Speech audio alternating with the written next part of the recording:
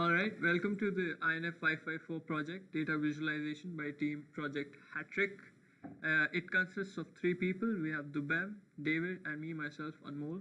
And we have tried to create a web application to allow the users to basically make a decision between either buying a car or taking Uber.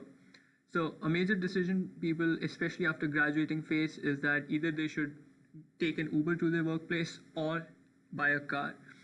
So this tool will basically walk the user through 5 steps. The first 2 steps are market exploration, where they get to know about different cars in the market. The second one is for electric vehicles. Third one is once they have done their exploration to zoom in into a car. And third one is to understand the Uber pricing options. And in step 5, our algorithm gives them a recommendation whether they should do Uber or invest in a car. So let's start with step 1. Going on to step 1, the first one is a donut chart, which basically shows all the different car manufacturers and the market share that they own. So I'm more of a Ford person myself. So by clicking on Ford, we can drill down into all the cars that Ford has. Well, like it has Fiesta, Fusion, F-Series is doing pretty well for Ford, so on and so forth. Moving on to the next chart. So personal transportation is divided into different segments. You have cars, you have SUVs, and you have trucks. So I'm more of a car person myself. We can drill down by clicking on it. And even within cars, you have other different subsections. For example, you have mid-sized, you have compact, and you have large. So let's try clicking on the mid-size variant. So in mid-size, you can see how different cars are doing over a course of time and how much sales they're making. So we have the Toyota Camry, which is doing pretty well. We have Nissan Altima, which is also doing pretty well. And we can even go back if you want to change your choice. Moving to the third chart, which is a horizontal bar chart, we have the sales data, but we can now reorder it alphabetically in ascending or descending order, and also filter it by sales, MPG, that's miles per gallon, and price. So moving on to cars, so we can even click this and it will go into a drill down. Let's go into large cars, and these are all the different cars which fall in this segment. So once the user has done this exploration, he can move on to exploring electric vehicles as well. We have 12 electric vehicles, and the length of the bar chart here, the lollipop chart, basically dictates how much is the range of that car. For example, Toyota Mirai has 300 miles, whereas closely followed by Tesla Model S, which has 280 miles, and so on and so forth. Another feature that we have added is you can click on one of them and select it. And once you select it, you go down to the map of USA, where these little green circles represent all the EV charging stations. And now, depending on your previous selection right here, the radius of these circles change. So for example, if you are in the middle of US, it's not a good idea to buy an electric vehicle. But if you're somewhere here, it's a good idea.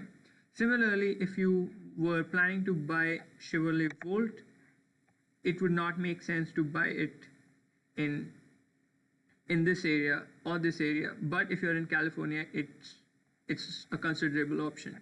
So once you have done this market exploration, we can move on to step 3, which is basically zoning into a car. So here you input the number of years that you would like to own the car for. Let's say I want to own a car for 5 years.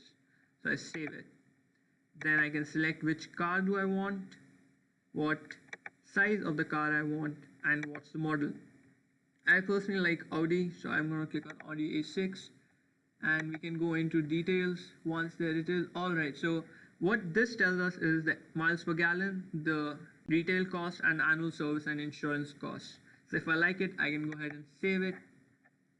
And now I should move on to step 4. Step 4, the intuition behind this step is to basically to capture the most frequent travel, and the most frequent travel, in my opinion, happens between your home and workplace. So in the start location, we can add my current office address and see how that works out. And also in the end location, we can add my home address and search for it. So what should happen now is I have got the distance between the 2 points and the cost of one-way travel. That's an average of $25. Also, you need to put an exact address, and if you can't put an exact address, there's a Google map where you can just simply zoom in to wherever location that you want to go. For example, if I wanted to go to this location, all I needed to do is just copy this and place it in the search. Now we have a bunch of options down here, and hovering on one tells me the highest cost of that, the lowest cost of that, and it itself displays the average cost. So let's say I want UberX, so I just click on UberX and I save my trip. Once I've saved my trip, I'm all set to go for my recommendation. So what we have here is basically a recommendation by our algorithm, which first of all just reiterates over all our selections previously, and it also says to take an Uber, and if we take an Uber as opposed to the car, we save $9,395.36. Coming down to the visualization, this line here represents our initial selection. But now if you want to play around with it and basically understand how owning the car for a longer time will help us, we can move it around, and as you can see, the values also change. So here the user can even change some of his choices, and depending on that, he will be recommended an Uber or a car. So as you can see, right now it's recommending him to buy a car, and right now it's telling him to take an Uber. It calculates the total cost, savings, and the suggestion. You can also go back, change everything, and redo the entire process. And that was our project. I hope you guys liked it. Thank you.